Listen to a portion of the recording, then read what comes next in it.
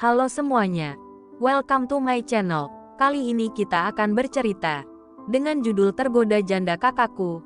Sebelumnya jangan lupa untuk di-subscribe, like dan komen.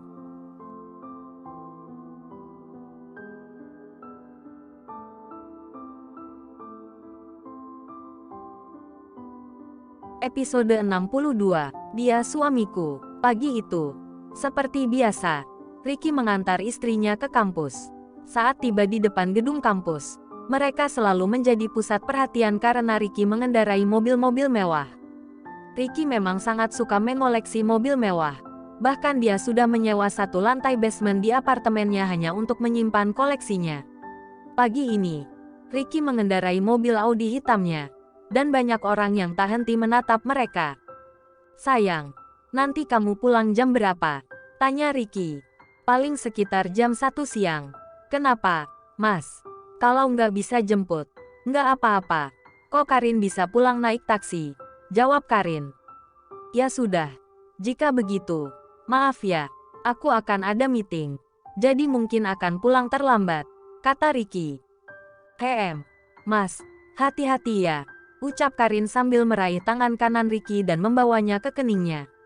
Ricky membalas dengan sebuah kecupan di kening istrinya. Sebuah kebiasaan kecil yang bisa membuat hati Ricky terasa hangat. Setelah itu, Karin keluar dari mobil suaminya. Namun, Ricky mengurungkan niatnya untuk segera pergi ketika melihat seorang pemuda-muda yang mengendarai motor sport turun dan menuntun motornya hanya untuk berjalan bersama Karin. Seharusnya dia tidak merasa cemburu, karena sudah pasti sang istri akan memiliki banyak teman di lingkungan kampus. Tapi entah kenapa hatinya mendidih melihat pemandangan itu, terutama ketika Karin membalas senyuman pemuda di depannya. Dia tidak bisa menerima kenyataan bahwa pemuda itu terlihat sangat mengagumi istrinya. Seharusnya sang istri tidak membiarkan pria lain menikmati semua itu. Ricky keluar dari mobil dan menyusul langkah sang istri yang masih berada di area parkir kampus. "Sayang," teriak Ricky. Langkah Karin dan pemuda-muda itu tiba-tiba terhenti mendengar teriakan Ricky.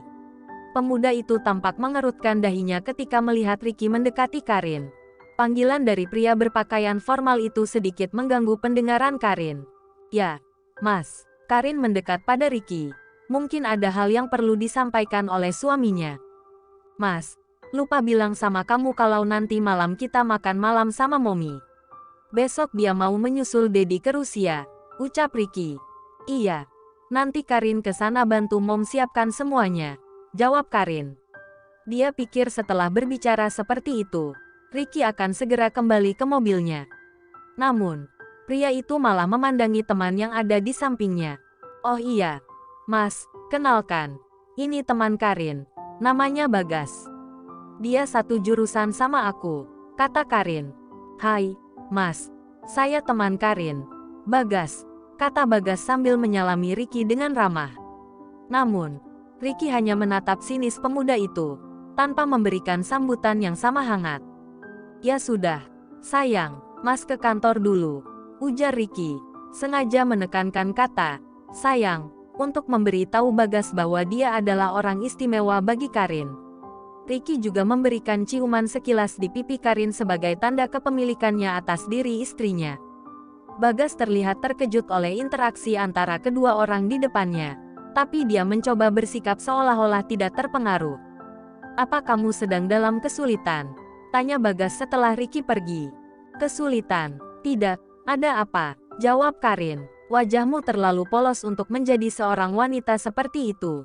Jangan biarkan pria itu memanfaatkanmu. Kamu bisa mengandalkan aku jika kamu sedang mengalami kesulitan." Karin masih bingung dengan arah pembicaraan Bagas. Dia tidak menyadari bahwa kepolosannya semakin membuat Bagas sulit untuk mengalihkan perhatiannya. "Bagas, aku tidak mengerti apa yang kamu bicarakan. Apakah kamu bicara tentang kesulitan belajar?" tanya Karin. "Kamu tahu, sudah lama aku mendengar desas-desus dari teman-teman tentang hal ini. Mereka membicarakan semua barang bermerek yang kamu gunakan. Hampir setiap pagi kamu diantar dengan mobil mewah yang berbeda," ucap Bagas. "Ini Mama yang membelikannya. Aku sendiri tidak punya uang untuk membelinya. Selain itu, aku tidak boleh pergi sendiri untuk berbelanja. Itu tidak akan diizinkan," gerutu Karin. mengingat semua peraturan konyol yang diberlakukan oleh suaminya. Ricky memberikan kartu emas kepadanya agar Karin bisa menggunakannya untuk semua keperluannya.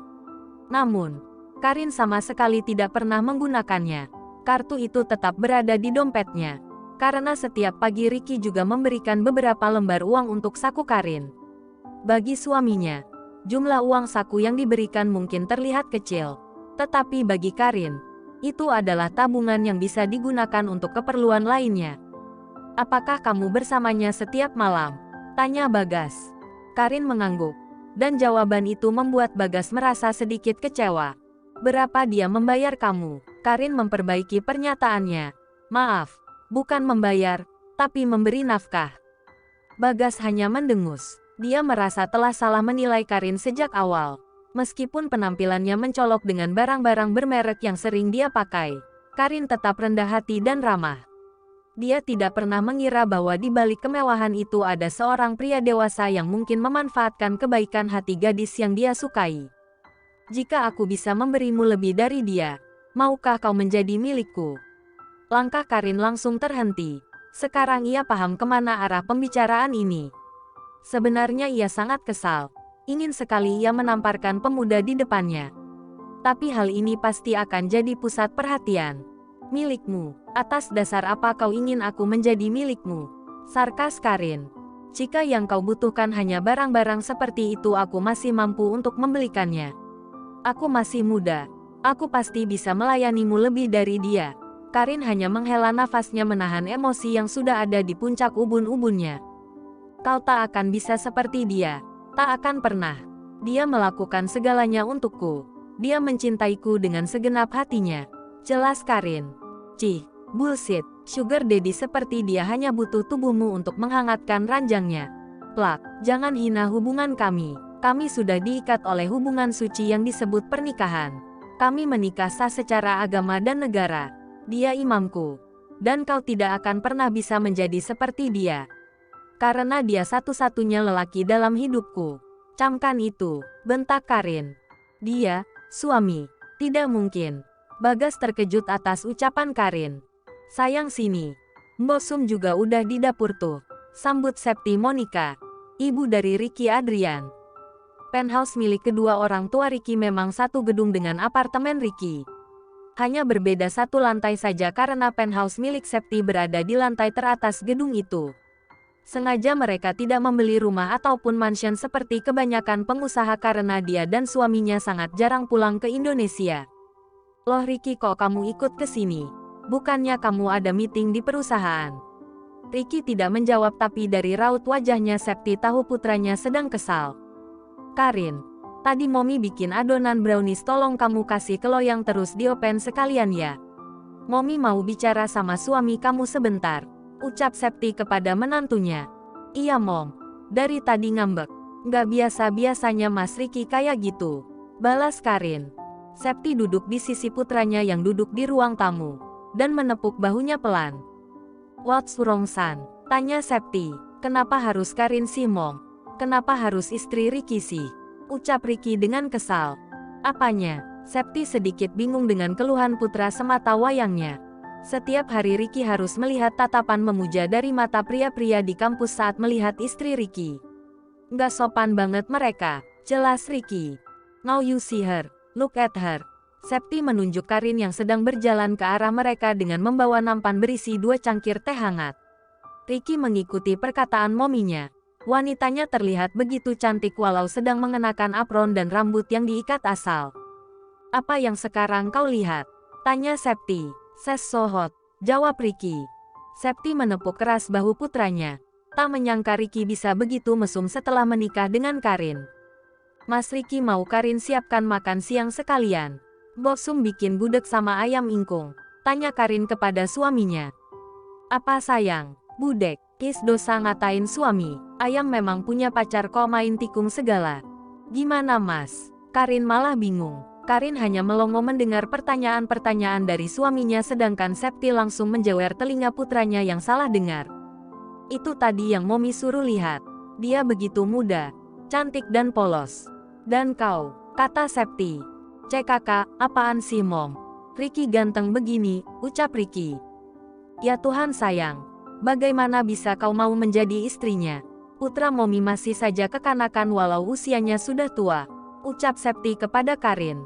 Karin tergelak mendengar perkataan mertuanya. Dia merasa beruntung ibu mertuanya sangat menyayanginya. Bahkan kadang ia merasa lebih disayangi daripada suaminya yang merupakan anak kandung.